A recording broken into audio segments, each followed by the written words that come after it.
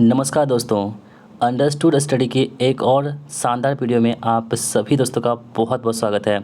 दोस्तों, हम आपके लिए आज लेके आ चुके हैं एसके झा सर के द्वारा अभी एक 1000 प्लस क्वेश्चंस की एक बुक लॉन्च हुई है। ठीक है दोस्तों, ये बुक जो है ना आपके 1000 प्रश्न प्लस क्वेश्चंस में दे रखे हैं और सभी चैप्टर से क्वेश्चन दे रखे हैं। ठीक है, तो दोस्तों ये जो बुक है ये आपके इम्पोर्टेंट है, यहाँ से आपके डायरेक्ट एग्जाम प्रश्न बन सकते हैं।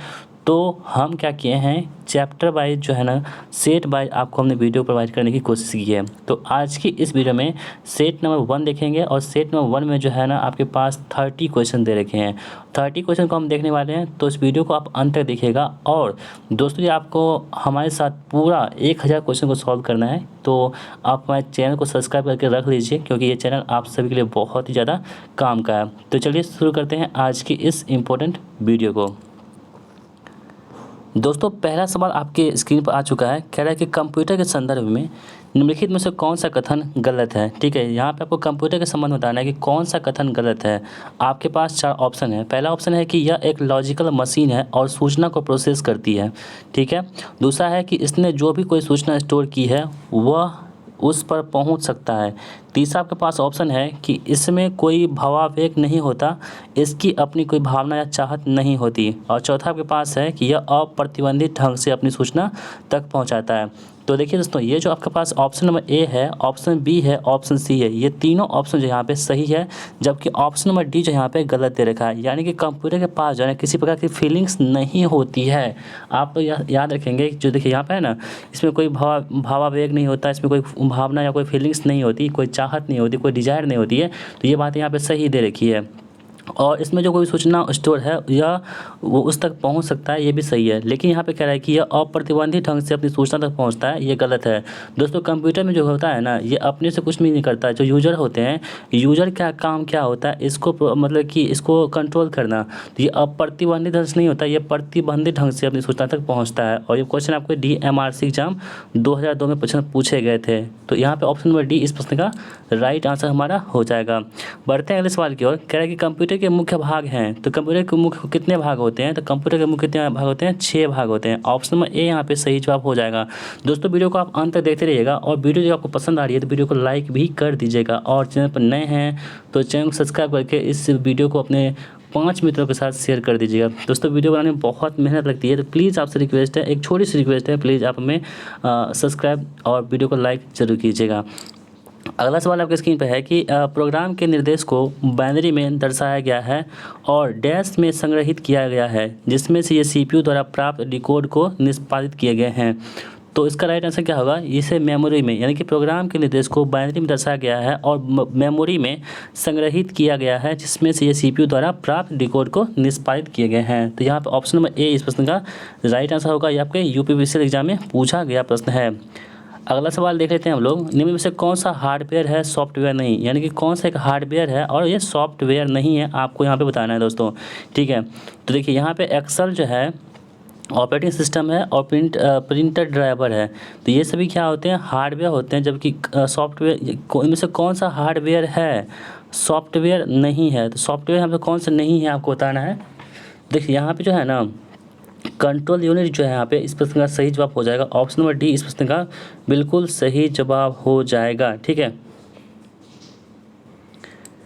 चलिए बढ़ते हैं अगले सवाल की ओर। निम्नलिखित में से कौन हार्डवेयर नहीं है। कीबोर्ड है, विंडोज XP है, माउस है और रोम है। ठीक है दोस्तों, आप ध्यान रखेंगे तो यहाँ पे हार्डवेयर जो कौन सा नहीं है, तो यहाँ पे विंडोज XP जो है यहाँ पे हार्डवेयर नहीं है, जबकि कीबोर्ड, माउस और रोम ये सभी क्या है, हार्डवेयर हैं। ठीक है,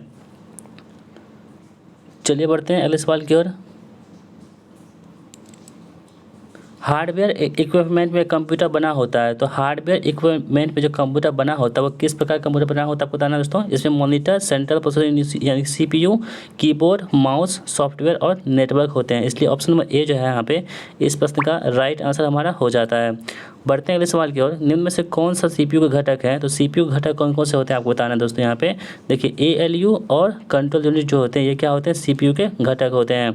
अगला सवाल है कि यदि आप अपने पीसी की कार्यक्षमता को बेहतर करना चाहते हैं तो आपको निम्नलिखित में से को अपग्रेड करना होगा। तो किसको अपग्रेड करना होगा दोस्तों? तो ये आपके सीपीयू को अपग्रेड करना होगा, इसलिए ऑप्शन नंबर ए यहाँ पे सही जवाब हो जाएगा। वर्तमान में सीपीयू द्वारा निष्पादित प्रोग्राम और डेटा निम्न में से कौन स्टोर करता है? दोस्तों ये कौन स्टोर करता है? ये प्राइमरी मेमोरी जो होती है ये क्या करती है? सीपीयू द्वारा निष्पादित प्रोग्राम या डाटा को क्या करती है? ये स्टोर करती है। ठीक है, चलिए हम बढ़ते हैं अगले सवाल की ओर। और अगला सवाल आपके स्क्रीन पर आ चुका है। यहाँ पे कह रहा है कि एक हार्डवेयर डिवाइस जो डाटा को अर्थपूर्ण इन्फॉर्मेशन में परिवर्तित करता है उसे हम लोग क्या बोलते हैं? तो दोस्तों उसे हम लोग क्या बोलते हैं? प्रोसेसर के नाम जानते हैं। यानी प्रोसेसर का काम ये होता है कंप्यूटर में कि ये डाटा को अर्थपूर्ण इन्फॉर्मेशन में क्या करती है? परिवर्तित कर देती है। अगला सवाल है कि डैश किसी भी कंप्यूटर सिस्टम का मस्तिष्क होता है। देखिए आज की इस वीडियो में हम बताए थे कल की वीडियो में कि किसी भी कंप्यूटर का जो मस्तिष्क होता है, ब्रेन होता है, वो क्या होता है? सीपीयू होता है, यानी कि सेंट्रल प्रोसेसिंग यूनिट होता है। ऑप्शन नंबर सी यहाँ पे इस प्रश्न का राइट आंसर हो जाएगा। कंप्यूटर का दिमाग किसे कहते हैं दोस्तों? तो सीपीयू को हम लोग कंप्यूटर का दिमाग कहते हैं। ये प्रश्न रिपीट हो चुका है, आप यहाँ पे देख पा रहे होंगे। कंपेयर क्या होता है? तो कंपेयर दोस्तों ये होता है एएलयू का अर्थमेटिक कार्य जो होती है ये क्या होती है? कंपेयर होती है। ऑप्शन नंबर ए यहाँ पे इस प्रश्न का बिल्कुल राइट आंसर हमारा हो जाएगा। एक माइक्रो प्रोसेसर की घड़ी आवृत्ति डैश में मापी जाती है। तो एक माइक्रो प्रोसेसर जो प्रोसेसर होती है इसकी जो घड़ी आवृत्ति होती है इसको हम लोग मेगा हर्ट्ज में मापते हैं। ठीक है, इसे आप याद रख सकते हैं। अगला क्वेश्चन है कि निम्नलिखित में से कौन सा वैध पैमाना यानी कि सीपीयू की गति को नहीं दर्शाता है? यानी कौन सा पैमाना है जो सीपीयू गति को नहीं दर्शाता है आपको बताना है। यहाँ पे देखिए आपके पास हर्ट्ज है, मेल्फोस है, एमआईपीएस है, जबकि बाइट दोस्तों ये क्या होती है? जो सीपीयू गति को नहीं दर्शाता है, इसलिए ऑप्शन नंबर डी यहाँ पे हमारे प्रश्न का बिल्कुल सही जवाब हो जाएगा।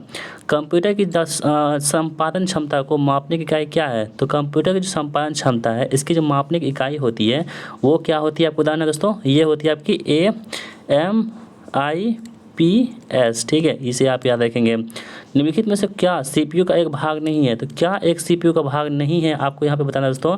देखिए आपके पास जो इनपुट यूनिट है ना ये आपके सीपीयू का भाग नहीं है, जबकि मेमोरी यूनिट, कंट्रोल यूनिट और अर्थमेटिक लॉजिक यूनिट ये सभी क्या होते हैं? सीपीयू के भाग होते हैं।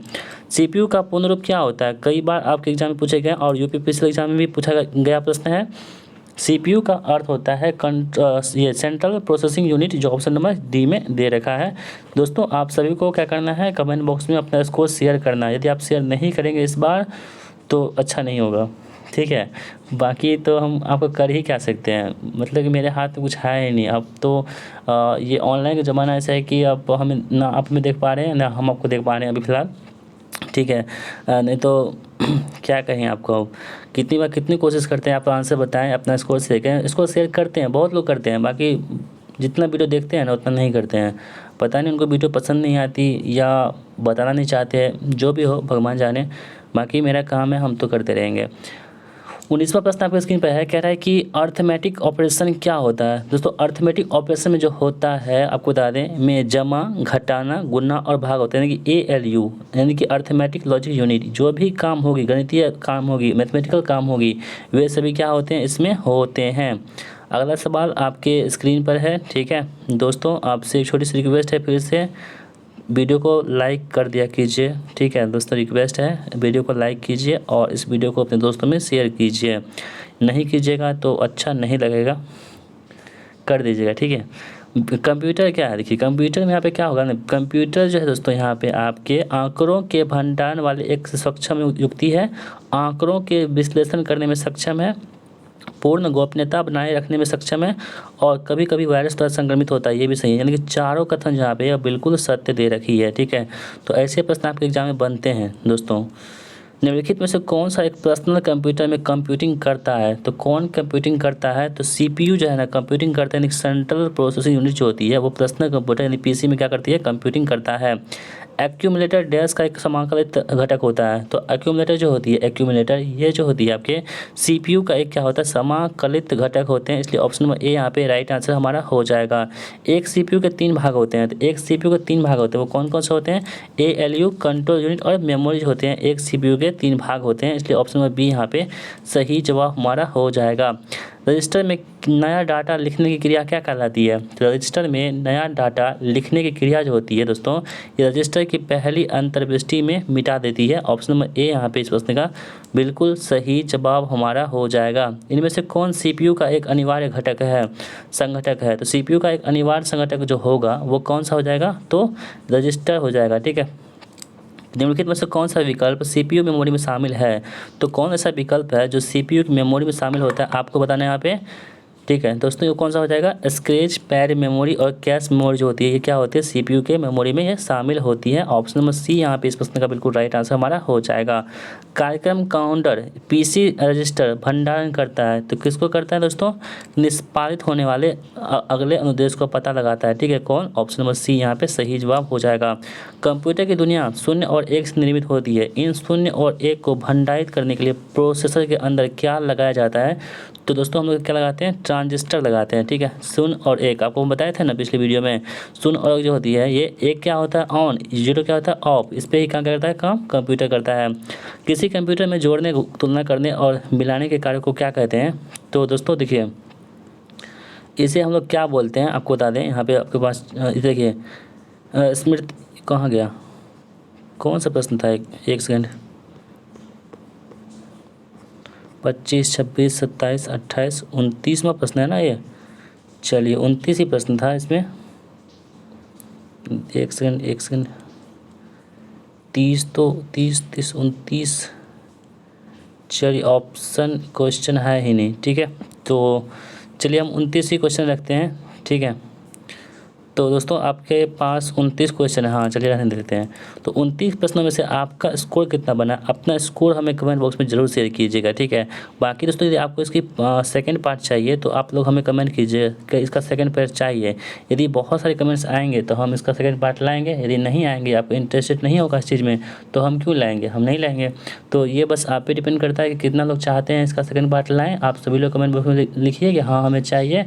बाकी वीडियो यदि पसंद आती है वीडियो को लाइक कीजिए और वीडियो को अपने दोस्तों में शेयर भी कर दीजिएगा। तो चलिए मिलते हैं नेक्स्ट वीडियो में, तब तक के लिए जय हिंद, वंदे मातरम।